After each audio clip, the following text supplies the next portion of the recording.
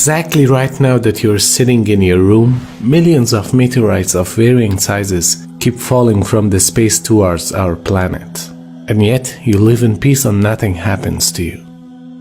It is because the atmosphere surrounding the Earth, despite of its transparent structure, puts up a bold front against this meteorite bombardment like a steel shield, just to facilitate the condition for the continuation of life on Earth. A prominent example of this bombardment that we can witness with our naked eyes is the moon surface. If you just take a look at the surface of the moon, you'd easily see the holes which were caused by the meteorite shower. The atmosphere is a set of gaseous layers with a height of approximately 10,000 kilometers. When the meteor hits the atmosphere, the air in front of it compresses incredibly quickly. When a gas is compressed, its temperature rises. This causes the meteor to heat up so much that it glows. The air burns the meteor until there's nothing left. And that's how it protects our lives. In addition, the atmosphere filters the light rays coming from the space that are harmful to living things. The most striking feature of this function of the atmosphere is that it only lets harmless and useful rays, visible light, near ultraviolet light, and radio waves to pass through. All of this radiation is vital for life.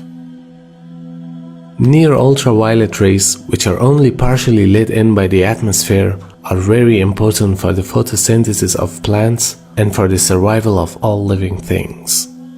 The majority of the intense ultraviolet rays emitted from the sun are filtered out by the ozone layer of the atmosphere.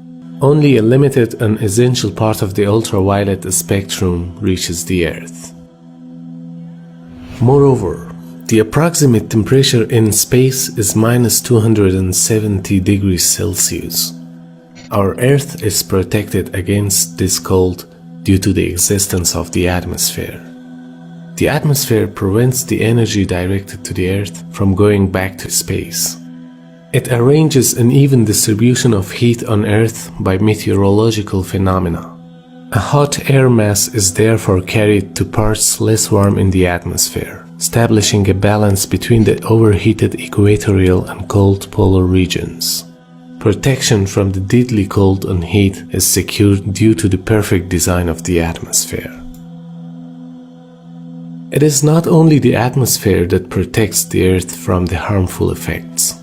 In addition to the atmosphere, the Van Allen belt, the layer caused by the magnetic field of the Earth, also serves as a shield against the harmful radiation that threatens our planet.